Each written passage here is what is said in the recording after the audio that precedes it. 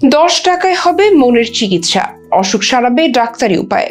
আমাদের চারপাশে নানা রকম মানসিক সমস্যায় ভোগা মানুষদের সংখ্যা নিতান্তই কম নয়। কেউ বা ঘুমাতে পারেন না, আবার কারো থাকে মন ভার, কেউ বা ভোগেন ভুলে যাওয়ার রোগে, আবার কারো মেজাজ অহেতুক হয়ে পড়ে খিটখিটে, কেউ বা সন্দেহবাদী, কেউ বা মারমুখী। এমন সব রোগীদের নিয়ে বিভিন্ন সময় ভীষণ বেকায়দায় পড়তে হয় স্বজন ও পরিবারের সদস্যদের।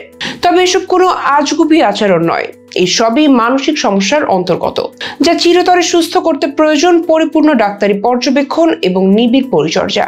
আর এমন সব মানসিক সমস্যার সমাধান দিতে সর্বদা প্রস্তুত আছে জাতীয় মানসিক স্বাস্থ্য ইনস্টিটিউট ও হাসপাতাল, যেখানে মাত্র 10 টাকাতেই মিলবে বিশেষজ্ঞ চিকিৎসকের সন্ধান, পাওয়া যাবে আধুনিক মানের চিকিৎসাও। কিন্তু কিভাবে করবেন এসব, কখন, কোথায়, কি পাওয়া যাবে?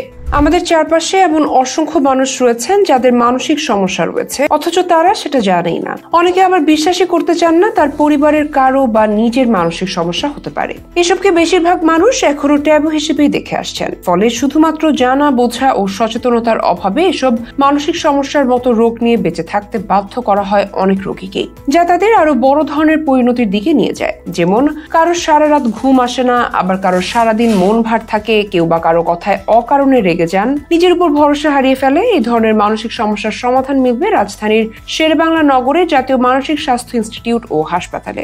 মাত্র 10 টাকার টিকিট কেটেই মিলবে মনের চিকিৎসা। মানসিক হাসপাতালের নাম শুনলে যে আতঙ্ক জাগে, সে ভয় এখানে নেই, বরং এখানে রয়েছে উন্নত চিকিৎসা, স্নেহময় পরিবেশ আর হাজারো মানুষের সুস্থ হয়ে ফেরার গল্প।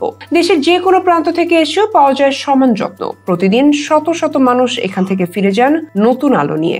হাসপাতালের সহযোগী অধ্যাপক ডাক্তার ফারজানা রহমানের দাবি, আমরা শুধু ঔষধ দেই না, মনের শান্তি ফিরিয়ে দেই। যদিও বহির্বিভাগে প্রতিদিন 1000 রোগীকে সেবা দেওয়ার সক্ষমতা আছে, সেখানে আসেন 450 থেকে 500 জন। অর্থাৎ আপনার মানসিক স্বাস্থ্যের চিকিৎসার জন্য অপেক্ষা করছে যথেষ্ট সময় আর বিশেষজ্ঞদের হাত। লক্ষণ চিনে রাখলে আগে ভাগে চিকিৎসা সম্ভব বলে মনে করেন চিকিৎসকরা। অতিরিক্ত ভয়, অস্বাভাবিক সন্দেহ, নিজে নিজে বিড়বিড়, অতিরিক্ত খরচের নেশা, উত্তেজনায় ভাঙচুর, অনিদ্রা, বিষণ্ণতা, আত্মহত্যার চিন্তা, অতিরিক্ত উদ্বেগ, বারবার একই কাজ করা, যৌন সমস্যা, নেশা কিংবা স্মৃতিভ্রংশ, এগুলো যদি কারো মধ্যে দেখা যায় তবে দেরি না করে চলে গেলেই হবে। এখানে লজ্জার কিচ্ছু নেই, আছে শুধু সুস্থতার পথ। যেভাবে শুরু করবেন সেখানে যাওয়ার পরিকল্পনা। মূলত সকাল 8টা থেকে দুপুর 2টা পর্যন্ত খোলা থাকে এই হাসপাতালের বহির্বিভাগ। কাউন্টার থেকে 10 টাকার টিকিট কেটে লাইনে দাঁড়ান। অভিজ্ঞ কনসালটেন্টরাই রোগী দেখেন। যাদের বাড়িতে রেখে চিকিৎসা সম্ভব তাদের ঔষধ পরামর্শ দিয়ে ফলো আপের তারিখ দেওয়া হয়। গুরুতর রোগীদের পাঠানো হয় 101 নম্বর কক্ষে। সেখানে প্রতিদিন বোর্ড বসে।